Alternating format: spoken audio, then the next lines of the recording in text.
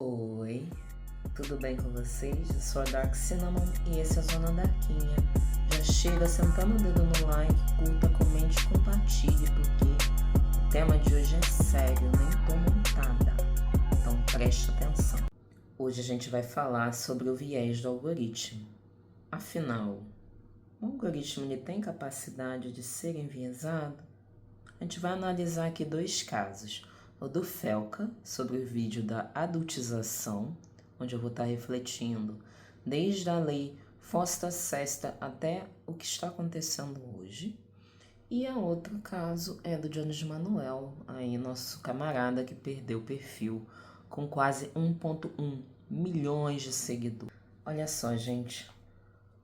Fosta-Sesta são duas leis promulgadas por Donald Trump em 2018 nos Estados Unidos, numa tentativa de coibir o tráfico sexual na internet.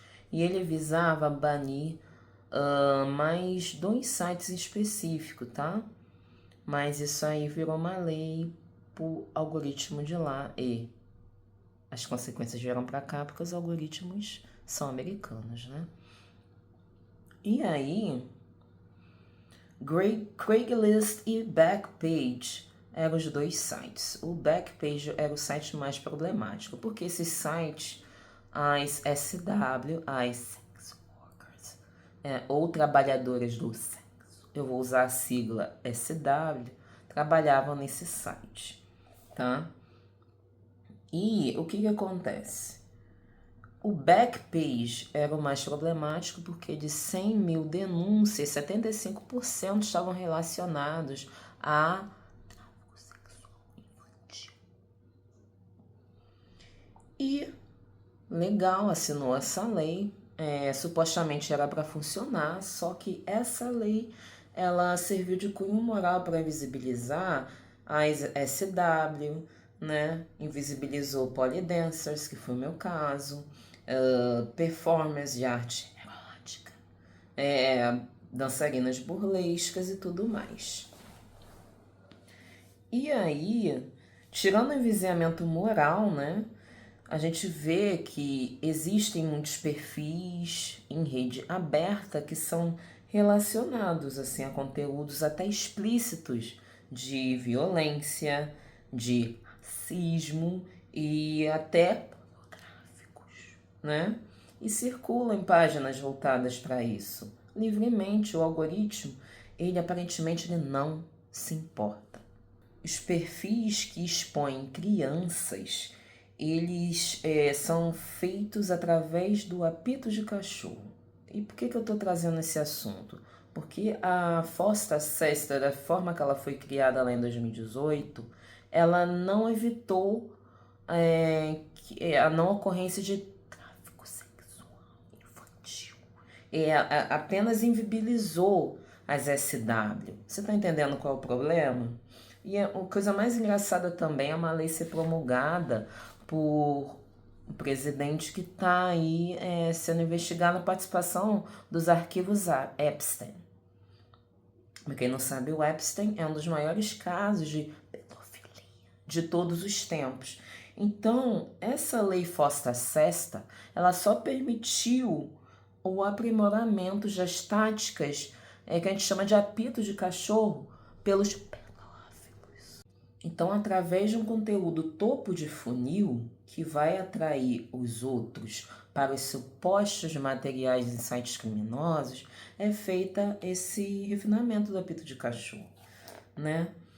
Então você entra nos comentários, igual o Felca fez, e em apenas 2 minutos criou um e-mail, criou um perfil totalmente do zero. Ao entrar em um único vídeo, uma única foto, ele já estava direto aparecendo para ele esses conteúdos. E isso é feito através de uma criança aleatória, uma imagem aleatória, gente. Basta a imagem, tem um vídeo, uma imagem de uma criança na internet. Se é seu filho, não exponha, não coloque fotos, não coloque vídeo, por mais engraçado que você acha engraçado, não coloque. Porque você vai estar expondo os seus filhos a qualquer outra coisa. Está na internet, não tem controle. Não existe controle de imagem na internet. Então, após abrir esse breve parágrafo, Breve parênteses, voltando aqui. Dentro desses comentários, eles utilizam o apito de cachorro do GIF, porque o GIF são imagens animadas e a plataforma, né, o algoritmo, ele tem dificuldade em entender. E esses GIFs, geralmente falando que tem um link na bio que redireciona para um suposto Telegram, para um suposto site, um outro suposto lugar na internet. E é assim que ocorre toda a sujeirada do tráfico sexual infantil. Isso ocorre em rede aberta. E muitas das vezes eu denunciei várias páginas problemáticas de violência e tudo mais, e o algoritmo, ele, não há nada que a gente possa fazer sobre. Então, a Lei Fosta Sesta só serve para acabar com a segurança das SW. Não serviu para coibir ou regularizar nada de tráfico sexual. Só serviu para refinamento. Essa lei teve consequências para as SW. Repetindo, trabalhadores do sexo. Para polidancers, para performances burlescas, artistas que trabalham com erótico. Por quê? Porque o conteúdo some. Acontece algo chamado shadow ban. O meu perfil no Instagram, ele sofre shadow ban desde 2019, para você ter noção. Eu não consigo crescer a minha rede no Instagram. Por outro lado, né, durante aí a pandemia e tudo mais, houve uma ascensão de plataformas de conteúdo adulto e até uma certa romantização desses conteúdos. E eu me lembro de um caso muito curioso de uma menina, que eu não vou falar o nome dela, né? Mas ela era bem popular por ter uma hiperexposição na internet, fazendo muita besteira, usando coisa inapropriada, enfim. Quando ela tornou 18, ela abriu uma página numa dessas plataformas de conteúdo adulto e ganhou muito dinheiro, aparentemente ali ganha, né? Deve ganhar. Mas o mais curioso é isso, é que ela já tinha esse ímpeto, ela falou, vou criar. E quando ela tornou 18, foi um grande boom, sabe? E ao mesmo tempo, tem esse fenômeno, né, interessante da romantização das do job, né? E quem pode abrir a boca e falar que tem orgulho de falar que é do job, que pai que faz também, a gente sempre se questiona aqui sobre esses lugares. E lembrando que esses fenômenos, né, da romantização da hiperexposição do sexo e do corpo também, apesar de eu ser uma artista erótica, eu tento olhar criticamente para tudo que me acerca. E é por isso que eu tô aqui gravando esse vídeo. Mas a gente vive numa sociedade que condena a prostituição, né? Mas adora o exibicionismo e o consumismo. E eu acho que a ascensão das plataformas de conteúdo adulto ocorreu muito a isso, a essa ostentação de um estilo de vida na internet. Olha só como eu faço tanto dinheiro vendendo o meu corpo na internet. E a gente sabe que é uma ostentação vazia, porque acho que toda ostentação é vazia, mas não é isso, é que leva para que muitas adolescentes, muitas pessoas cada vez mais jovens sejam cooptadas por esse discurso de ostentação, de eu não preciso estudar, eu não preciso fazer, eu não preciso pensar, só basta eu ligar a câmera aqui e me expor nesse site que eu vou ganhar muito dinheiro. E uma coisa que eu quero falar do ponto de vista de quem tá mais voltada para tanto pro erotismo quanto também já pensei em fazer conteúdo. A minha recomendação é não faça, porque para sempre vai estar ali exposto na internet. Você não tem controle sobre a sua imagem. Essa noção de a gente não ter controle sobre a nossa própria imagem precisa estar muito fixada nas pessoas, porque uma vez na internet está para sempre. Então pensa se é isso mesmo que você quer. Ah, mas eu vou ficar com muito dinheiro. Eu não sei se daqui a 20, 30 anos você vai ter orgulho de, às vezes, ter feito o que fez. Sabe por quê? Porque tem uma consequência muito grande, ainda mais para mulheres. E aí eu vou fazer o recorte de novo de quais mulheres eu estou falando aqui. Mulheres, sul global, latina, muitas das vezes não brancas, às vezes quem tem mais sucesso na plataforma são mulheres mais próximas, né, de um certo fenótipo. Então esse dado da realidade eu tenho que trazer para vocês. E na pistona, meu amor, é a mesma coisa. Uma mulher padrão, ela vai vender mais que você. Isso falando do ponto de vista de quem já teve no pistão aqui, ó. Esse corpo aqui que comunica isso com você, tá mandando esse papo reto para tu. Então abre o olho. Voltando aqui para a exposição, né, que o Felca fez, um dado curioso que eu observei é que muitas dessas crianças, desses vídeos, eram de crianças ginastas. Então, as crianças ginastas são muito sexualizadas. Tem até documentário, né, sobre violência e dossiê de violência de treinadores com ginastas e tudo mais. Isso tudo é ainda recente. E outro conteúdo de topo de funil são vídeos de crianças dançando. E não precisa ser nenhuma dança nem sexualizada. Só uma criança que está mostrando o corpinho da criança. Então, você que é pai, você que é mãe, você que é responsável, preste atenção de que material, que vídeo, que foto você vai botar da sua criança na internet.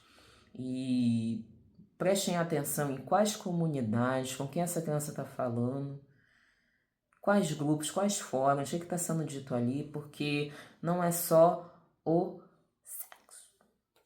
É também cooptar para outras violências, igual a gente vê aí o crescimento cada vez maior de grupos em Discord e outras plataformas, acho que o Discord é mais problemática, de conteúdos aí de violência psicológica, até planejando crimes bem pesados, igual a gente teve aí alguns recentemente. Um outro fato que eu tenho que falar aqui, que relatar, é que muitos progenitores estimulam a gravação desse tipo de conteúdo pelos filhos.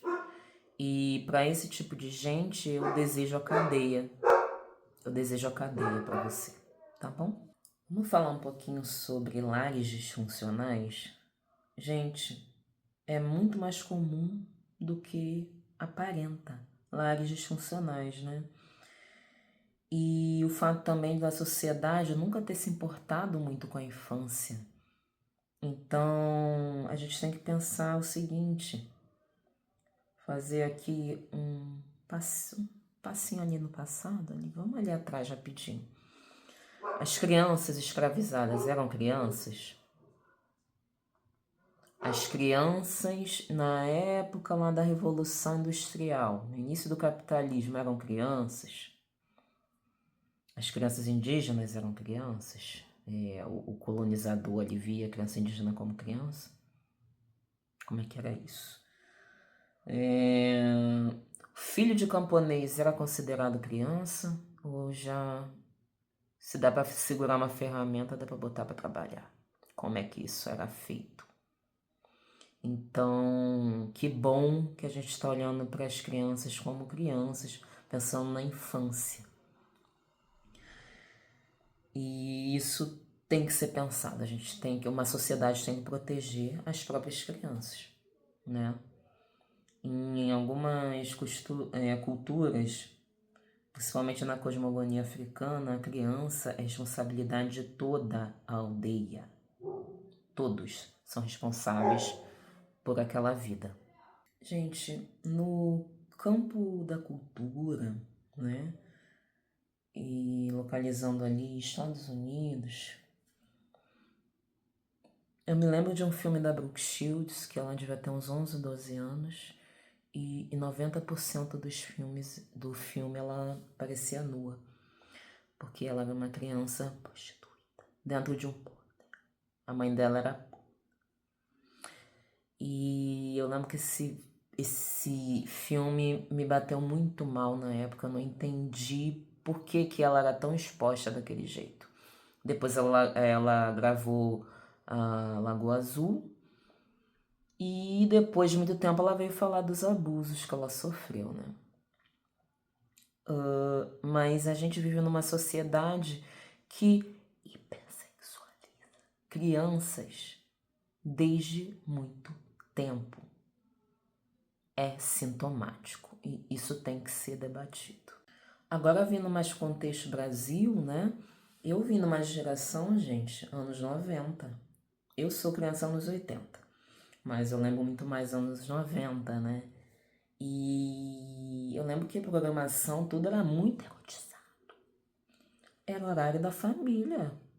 Era banheira, era blusa molhada, era dançando na boquinha da garrafa, eram várias coisas normalizadas. Tudo era muito normalizado. E eu acho que a gente está, hoje em dia, pensando mais quais conteúdos as crianças estão sendo expostas, né? E como também as crianças são expostas. Porque a gente está num mundo que é só ligar uma câmera e tá feito, colocou na internet e acabou. E que bom que a gente pode pensar criticamente sobre como proteger as crianças, como a infância é importante, né? A gente sabe que tudo que acontece na infância a gente gera traumas irreversíveis. Agora imagine um trauma que é exposto, né, nesta tela aqui, que qualquer um pode simplesmente jogar em qualquer lugar. E também a gente não discute muito sobre quais conteúdos as crianças estão consumindo, né? Porque na minha época eu tinha TV Colosso, Disney Crush, sei lá do que, né? E hoje em dia meio que se perdeu o controle. Porque ou os pais vão ter que vigiar aí, e tem que vigiar, sim, tá falando qual conteúdo está sendo conversado, mas também tem que ser dada uma autonomia também para a criança, né? Ainda mais adolescente. Eu vejo isso muito acontecendo com adolescente, que é uma hipervigilância dos pais, né? E eu vejo, às vezes, a preocupação dos pais está ligada a uma hipervigilância mais em relação às aulas, né? Do que aquela criança adolescente está aprendendo na escola, do que no seu entorno social em si. Ou, por exemplo, se a criança ou adolescente está muito isolada, não fala com ninguém, fica o tempo inteiro no computador e no celular, isso é sintoma, gente, isso não é normal. Então, vamos apenas ficar mais atentos.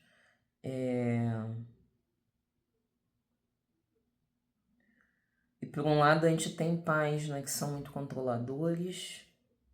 Por outro lado a gente tem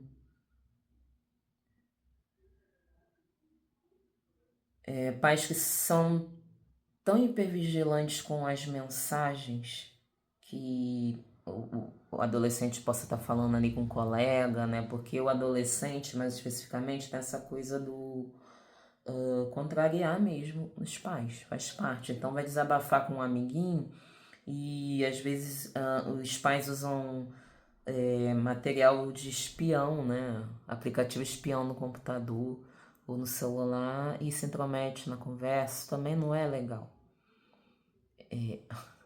Pera lá, né? Vamos medir. Então, se por um lado a gente tem pais hipervigilantes que se intrometem na conversa dos filhos, né, usando ali aplicativo espião e faz esse hipercontrole que os adolescentes ficam irados, né, no TikTok, por outros a gente também tem progenitores que expõem os seus filhos a situações vexatórias, né? Vai desde aí, né? Desde situações vexatórias, que deveria ser ali negociado adolescente com a mãe, adolescente com o pai, com a família, Desde isso até uma exposição que visa uma visualização desses caras que procuram conteúdos sexuais, infantis, né? E isso tudo de topo de funil, né?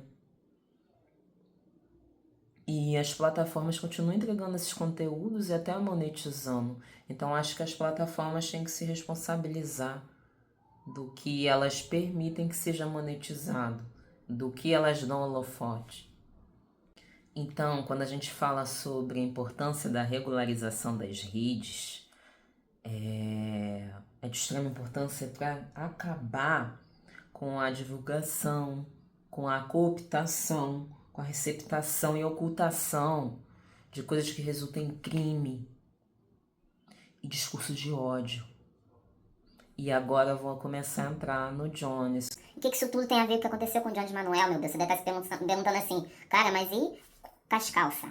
Então o Jones, que é nosso camarada Jones, ele perdeu aí o perfil dele com 1,1 milhões de seguidores para Meta. Meta significa que ele perdeu o Facebook também, né? Facebook, Instagram, que é tudo do grupo Meta. E o que essa mensagem diz pra gente? Gente, a gente vive num período histórico de hipercontrole e hipervigilância mais do que nunca.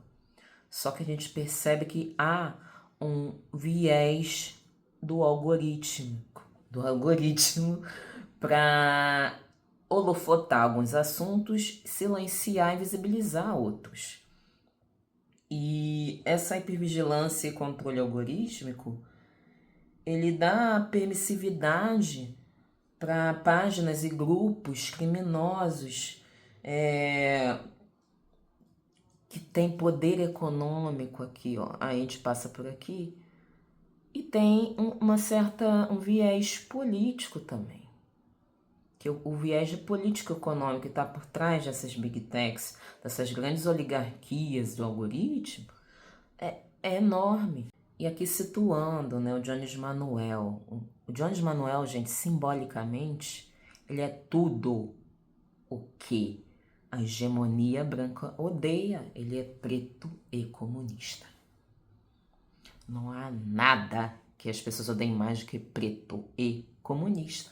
Por quê? Porque o comunismo, ele foi ali endemonizado, gente, pela cultura, ele foi demonizado academicamente, ele foi demonizado de todas as formas, para as pessoas não terem consciência de que elas são exploradas até o dia da sua morte e que elas vão morrer pobre e que elas são exploradas desde o momento que nasceu, né? Nem quando começou a trabalhar, desde que nasceu.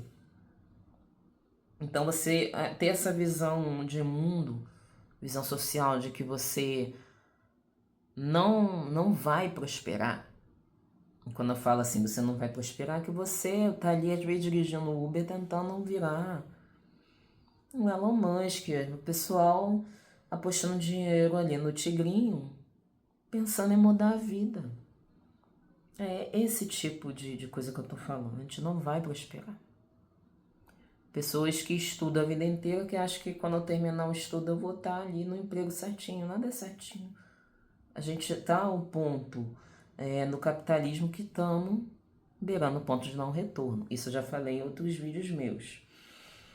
Mas vindo aqui pro assunto, o Jones, ele é um homem preto, inteligente. Já começa a grande contradição aí. Porque tudo que a hegemonia fala é que pessoas pretas não são incapazes de produzir conhecimento.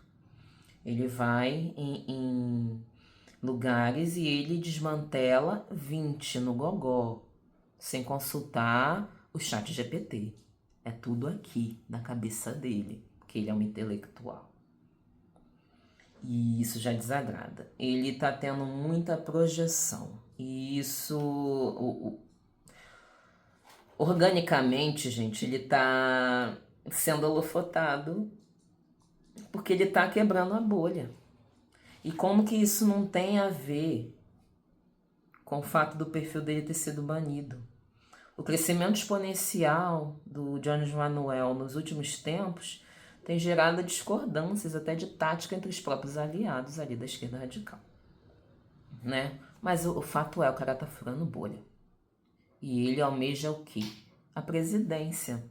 E aí a gente vem aqui para uma coisa muito interessante, que é a arbitrariedade dos juros que está acontecendo no Brasil. A gente vê que o Laranjão tá botando o bedelho dele aqui e tudo mais. E assim, gente, eles vão botar o bedelho de tudo quanto é forma, tá?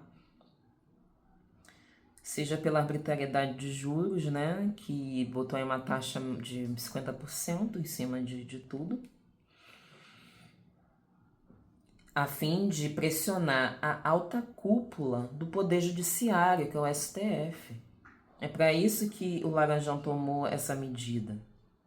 E a gente tem que lembrar que quem tem o poder econômico aqui, ó, de grana, de controle de mídias e tudo mais, é uma classe burguesa branca, que defende um discurso hegemônico de supremacia branca e que odeia ver figuras como Jones Manuel vencendo. E isso eu tô falando num contexto vendo a relação política econômica Brasil-Estados Unidos e o quanto o Laranjão tá aí pressionando pro presidente, o ex-presidente, né, o que tá com a tornozeleira, como ele tá fazendo tudo para pressionar o STF. E a gente tem que lembrar também da hipervigilância da Cambridge Analytica, né? Cambridge Analytica aí que teve todo aquele documentário do Netflix falando de todos os dados, tudo nosso é exposto na internet e é passado sim para Big Tech.